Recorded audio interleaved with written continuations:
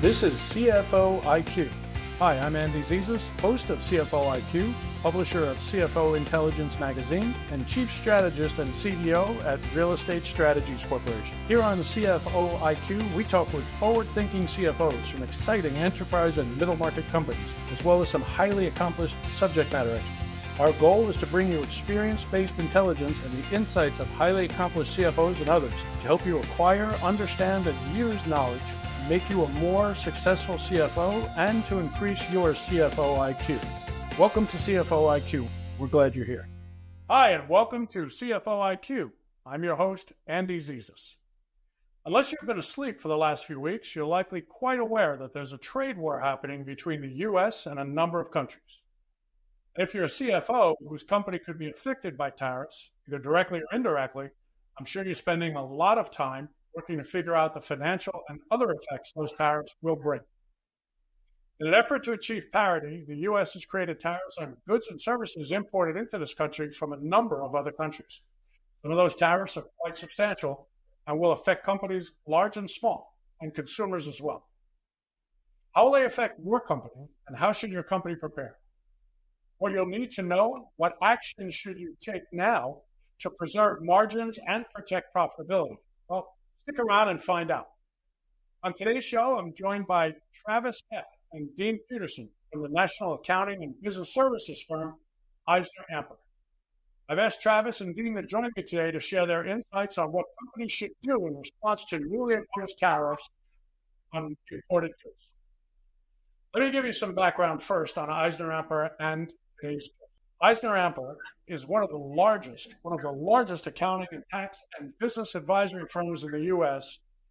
Large enterprises, privately owned companies, and high net worth individuals turn to EisnerAmper for comprehensive audit, accounting, advisory, consulting, and tax services, as well as smart analytical insights. Our guest today, Travis Epp, is an audit partner in charge of EisnerAmper's manufacturing and distribution group. Travis has nearly 30 years of experience in public practice and private industry. Experience includes, not as I mentioned, public and private industry, and it helps him give value-added service to his clients related to operating issues, internal controls, profitability, and business planning. After spending nearly 10 years at a Big Four accounting firm, Travis assumed the role of senior financial officer at a family enterprise that controlled a number of public and private companies in a variety of industries. In his capacity, Travis was the certifying financial officer for 2 publicly traded companies. He also regularly presented to audit committees and executive boards. Travis's unique background provides him with an understanding of the audit process from the perspective of both the client and the customer. Let me also introduce you to Dean Peterson. Dean is the partner in charge of EisnerAmper's International Tax Services Group. With more than 20 years of experience, Dean delivers comprehensive tax consulting and compliance solutions to privately and publicly held companies across many industries, from startups to Fortune 100, and he does so worldwide. He advises clients on cross-border transactions, international tax planning, tax treaty matters, international taxation of financial services entities, IP migration, and tax-efficient structuring across multiple jurisdictions. Dean's one of the firm's Allied global liaisons and maintains a strong network of global contacts. Prior to joining Eisner Advisory Group, Dean was a principal at a top 10 accounting firm in its International Tax Services Group, where he worked with financial services technology and cryptocurrency companies on M&A, foreign tax credit optimization, and U.S. international tax compliance. His early experience includes having worked with large technology and insurance companies. Travis and Dean, I want to welcome you both to CFO IQ. Thanks for inviting us, Andy. It's great to be here. Andy, thank you very much. It's a pleasure to join you on CFO IQ to talk about this very, very interesting topic today. Well, thanks so much, guys. This is a hot one, so why don't we jump into it? Tariffs are very, very funky for a lot of companies these days. So before we get started, why don't we talk about the differences between tariffs and international taxes? Tariffs are separate from international taxation. Tariffs actually are administered by the Department of Homeland Security, whereas taxes are administered by the Department of Treasury through the IRS. So when we get questions about tariffs, there are often questions for the Department of Homeland Security rules, as well as the U.S. Department of Customs. They are the organization that administers and collects the tariffs and then remits them to the general fund of the government. The IRS does not handle tariffs, but when we're talking about tariffs, we are talking about something that goes into the cost of goods sold for our clients. So there are some, tax implications for tariffs. So tariffs can be complicated, and tariffs are all over the news these days. So it's a great time to be talking about. Thanks, Dean. Travis, why don't you give us some details as to the real purpose of tariffs? Why are they around? What do they do? What do they accomplish? Tariffs have a number of different rationale for imposing them. One, it is the opportunity for the government to regulate trade. Another impact of tariffs, it's a revenue generator that can be used to fund some of the government initiatives. As you know, the Tax Cuts and Jobs Act is hoped to be renewed this year and will require some funding. So maybe the tariffs will be a mechanism to do so. And then another rationale for tariffs is it's a way to protect domestic industry by just sort of making it more competitive for our U.S. manufacturers. So I get that. But recently we experienced something called Liberation Day. What was Liberation Day about, and why was it so impactful? As you said, Andy, Liberation Day was a day that will be remembered for a while. And I think one of the things that makes it so impactful is that this was really a policy decision of the government, and it was an intentional decision that had wide-ranging implications. At the time, I think some of us were not sure if this was a real strategy that the government was planning, that's a long-term strategy where they will keep this tariffs for a long, long time, or whether it was sort of a negotiating tactic to bring people to the table. And this whole, the immensity of the tariffs surprised a lot of people, or most of us, because it was more wide-spanning than anybody anticipated. And this created a tremendous amount of uncertainty in the market, and that continues. We don't know what the global response will be from each country, or even the different of our competitors within those other countries as well. So it's a very, very interesting time, and it will play out over a number of months as we see what really happens here. Could I expand on that? Talk about supply chain. I think, Andy, as you know, we live in a world where it's a global supply chain and it's very complicated. So a lot of companies are spending a vast amount of resources just to make sure and examining the supply chain that everything is the way they need it to be and want it to be so they can meet their competitive challenges. And as you know, you can't change your supply chain overnight. So even while a company is examining all parts from procurement through the manufacturing process, through distribution to the end, it's something that takes a while to change. You can't just reshore everything in one fall swoop. It takes years to bring manufacturing back to the U.S. if that is in fact an intended consequence of these tariffs. And it is something that management teams will have to put a lot of effort into. Dean, let me ask you, what questions are you getting from clients relative to the whole tariff issue? The only questions I'm getting these days are about tariffs from my clients, it seems. We're getting any types of questions right now, ranging from when is the dust going to settle? What's this going to look like for my business? Should I continue with my contract manufacturing operation overseas? So all these types of questions are, what people are thinking when they see large tariffs imposed on other countries' goods. And we have clients that function all over the world, whether it's in one country overseas, non-US, or whether it's in 50, they are asking about tariffs. They want to know, first of all, do tariffs only apply to goods, or do they also apply to services? At this point, the tariffs have not been applied to services. We anticipate that there will be some retaliatory tariffs lodged against countries who have digital service taxes that we feel or the government feels specifically target U.S. companies like Facebook, Google, Netflix, et cetera. So I anticipate that there will be some services tariffs down the road. We're not seeing that just yet. Right now, we're seeing questions from companies who are importing goods from other countries in order to run their businesses. And that right now is the biggest issue. Whether it's an auto manufacturer, I had a client that manufactures shopping carts ask about importing wheels from China, what that's going to look like. I've had clients ask whether they should establish an entity in a different country through which might have a lower tariff, through which to send their goods.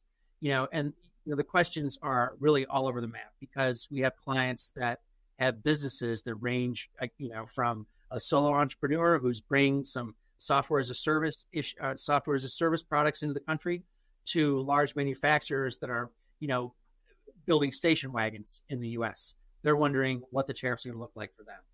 So one way that we're trying to help our clients is actually to develop something called the tariff tracker.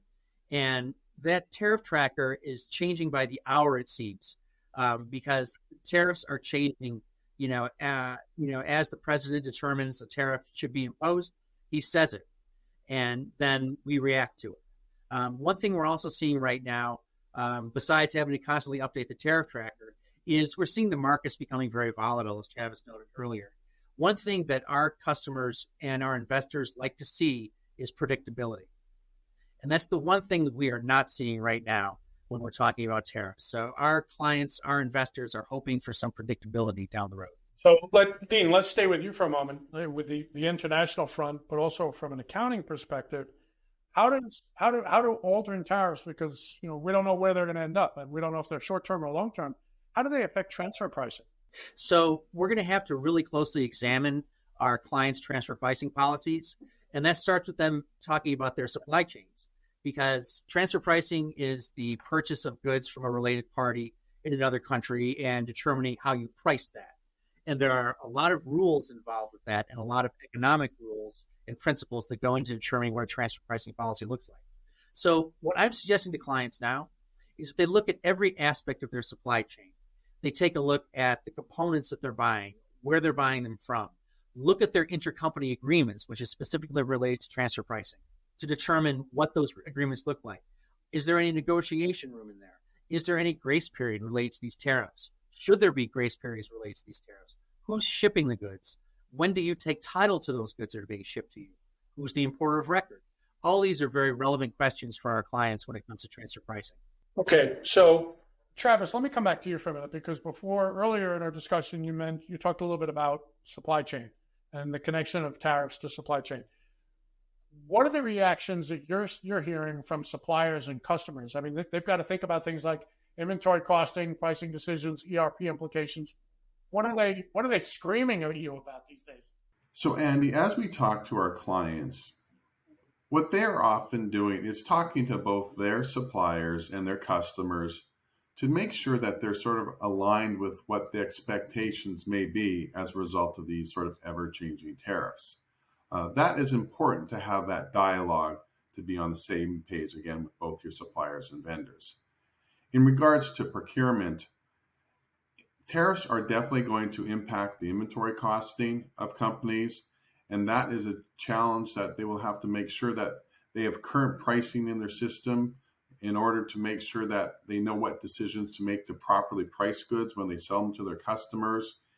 And even when they do change the pricing to their customers, there's sometimes those mundane details that people don't think of, whether it's going to be simply on an invoice. Do we increase the price, or do we add a separate line item for a tariff adjustment, sort of similar to some companies did when they had the increase in container costs from China years ago? Those are decisions to be made. And also that impacts sort of the ERP process of the company, just ERP process, to make sure that the company's systems are able to produce the output that is desired by the management teams.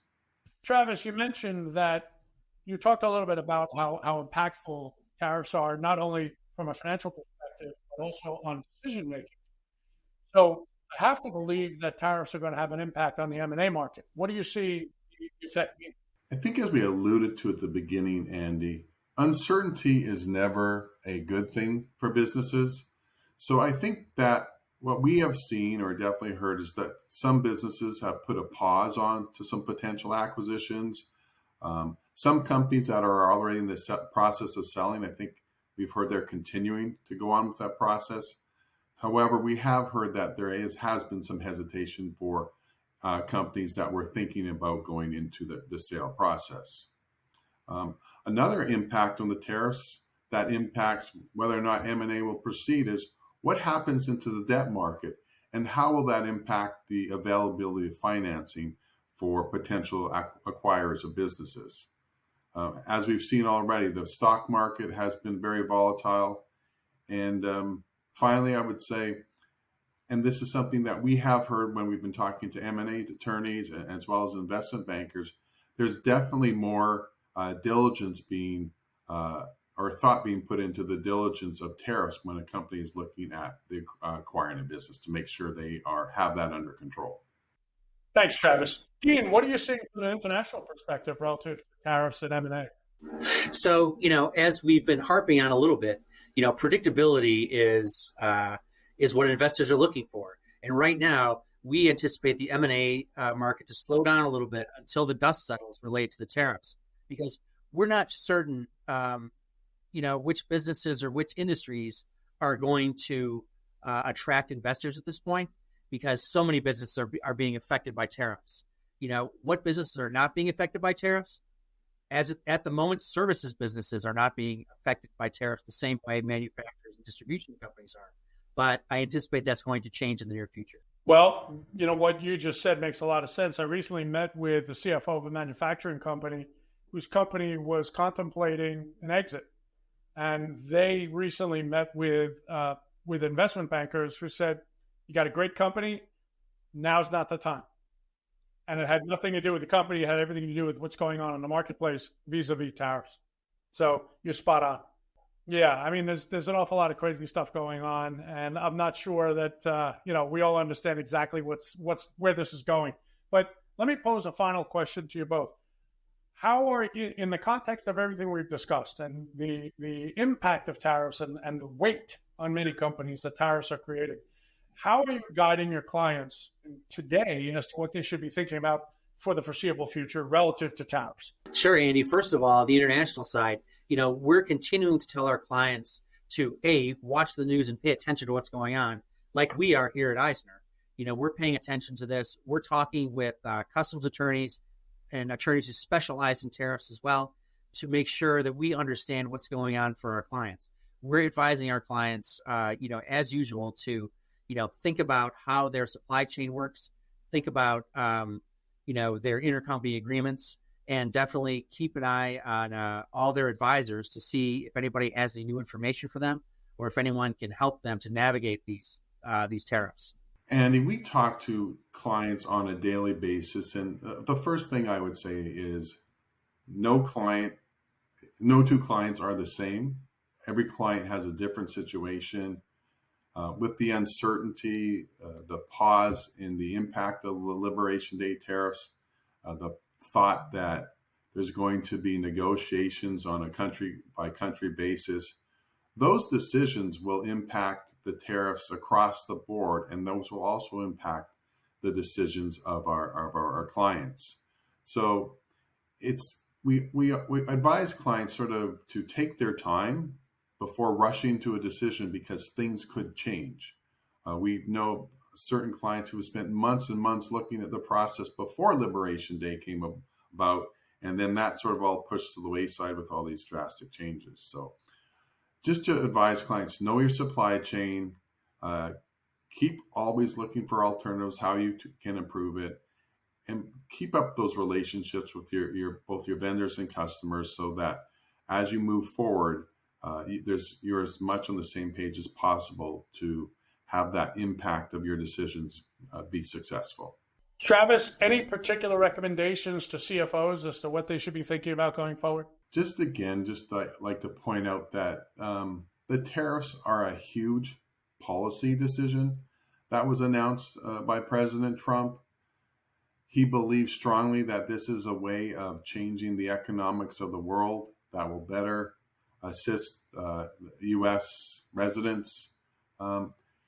It's a complex area, and management teams need to be directly involved in all of the decision making and the leadership throughout the entity to make sure that all the key members of the C-suite are involved in analyzing what's going on, how the tariffs change, how the negotiations are going, and what should be the reactions of the company that best suit each company to make sure that they continue to thrive in a very challenging world. I think you're absolutely right. It will be very interesting to see what happens in the next 90 days. Well, Travis Epp and Dean Peterson, I want to thank you very much for joining us today on CFO IQ. This has been an enlightening conversation.